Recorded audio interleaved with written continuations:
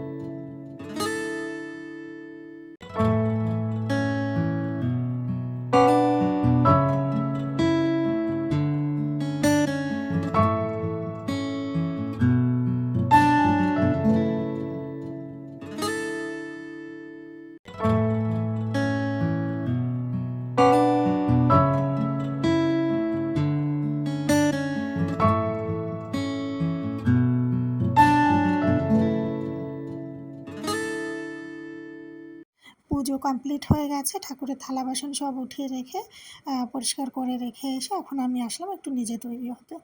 এই আর কি হালকা পাতলা, যেমনটা স্নান করার পরে সবাই মানে ডেইলি আমরা করে থাকি এরকমই। তো এগুলো আমার স্নান করার পরে বলতে তখন তো সাথে সাথেই আর কি পুজো করতে চলে যাই, তো তখন আর কি করা হয় না। পুজো শেষে তারপর আর কি আমি এগুলো করি। তো এই যে একটু ময়শ্চারাইজার লাগিয়ে নিলাম, আর চুলটা আঁচড়ে সিঁদুর পরে নিলাম, আর আমার 12 মাস ঠোঁট ফাটার একটা ভীষণ বাজে রকম ধাঁচ, ওই জন্য একটু লিপ বাম ওকে লাগাতেই হয়।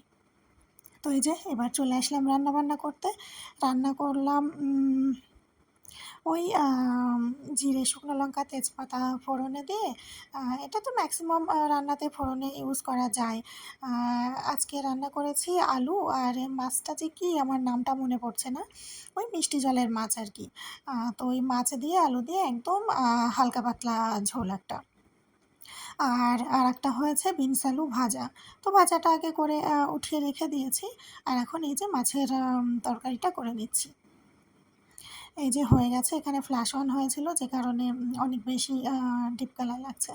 আর এখন দেখো এই যে আমাদের কিন্তু আসল চমক, যেটা তোমরা টাইটেলে দেখেছো। হ্যাঁ, ফ্রিজ অর্ডার দেওয়া ছিল আমাদের ফ্লিপকার্টে, তো সেটাই আর কি এসেছে। দেখেছো অবস্থাটা, মানে এমনি ডবল ডোরের, তো তার উপরে উপরে যে কভারটা ওটা আর কি ছাদের উপরে আটকে যাচ্ছে। মানে ওই দুটোই যদি সমান উচ্চতায় ধরা হয় তাহলে তো অনেকটা ফিট লম্বা হয় না, তো ওটা তো অবশ্যই উপরে আটকে যাবে। তো ওই যে ওদিক থেকে মন্ডল মশাই গিয়ে আবার একটু ধরে কাট করে নিল, তো তারপরে ইজিলি কভারটা খুলেও গেছে।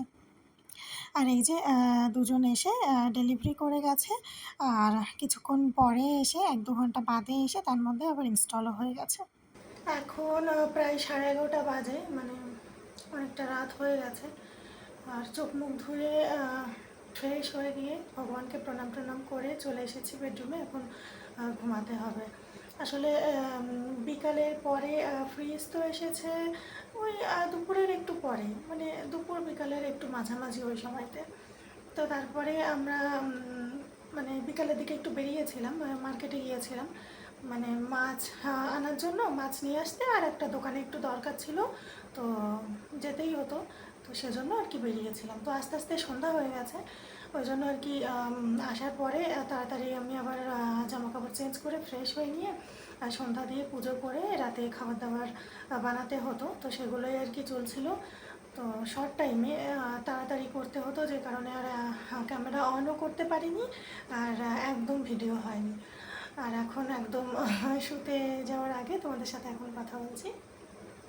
তো মেইনলি আজকে ভিডিওর যে টাইটেল যেটা তোমরা দেখেছো, এটা ঠিকই। আসলে হয়েছে কি, মানে যখন আমাদের ফ্লিপকার্টে অর্ডার দেওয়া ছিল, তো যখন এসেছে, যদিও আমরা ওপর থেকে গাড়ির আওয়াজ পেয়েছিলাম, সাইড থেকে দেখা যাচ্ছিলো, ব্যালকানি থেকে, কিচেনের ওপাশের উইন্ডো থেকে, তো দেখে বুঝলাম যে হয়তো বা চলে এসেছে। তারপর ওনারা আমাদেরকে ফোন করেনি, যেহেতু দুজন কর্মচারী ছিল সাথে, মানে যারা আর কি ডেলিভারি করে, তো ওনারা কি করেছে, যেহেতু অনেক বেশি বড় আর ভারীও তো বটেই, তো ওনারা প্রথমে চেষ্টা করেছে আর কি যাতে দুজন মিলে ওপর অব্দি নিয়ে এসে ওনারা ডেলিভারিটা সুন্দরভাবে করতে পারে।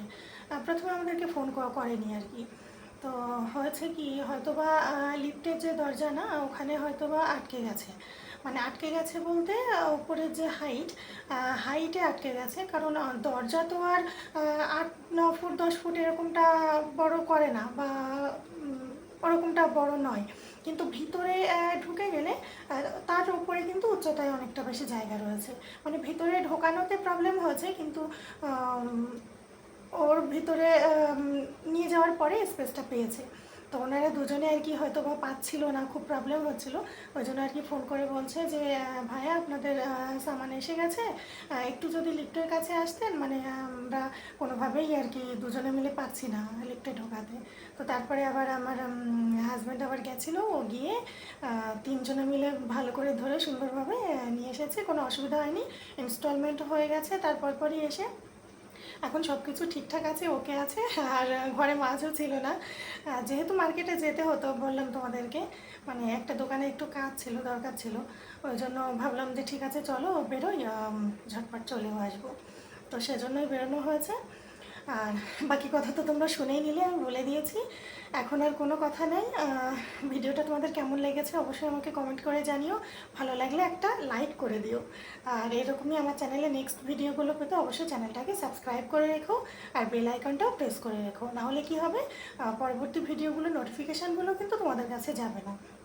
আর যারা ভিডিওটা ফেসবুক পেজ থেকে দেখছো, অবশ্যই রিকোয়েস্ট করবো পেজটাকে ফলো করে রেখো। দেখা হচ্ছে নেক্সট একটা সুন্দর ভিডিওর সাথে, ততক্ষণ পর্যন্ত তোমরা সবাই খুব ভালো থেকো, সুস্থ থেকো।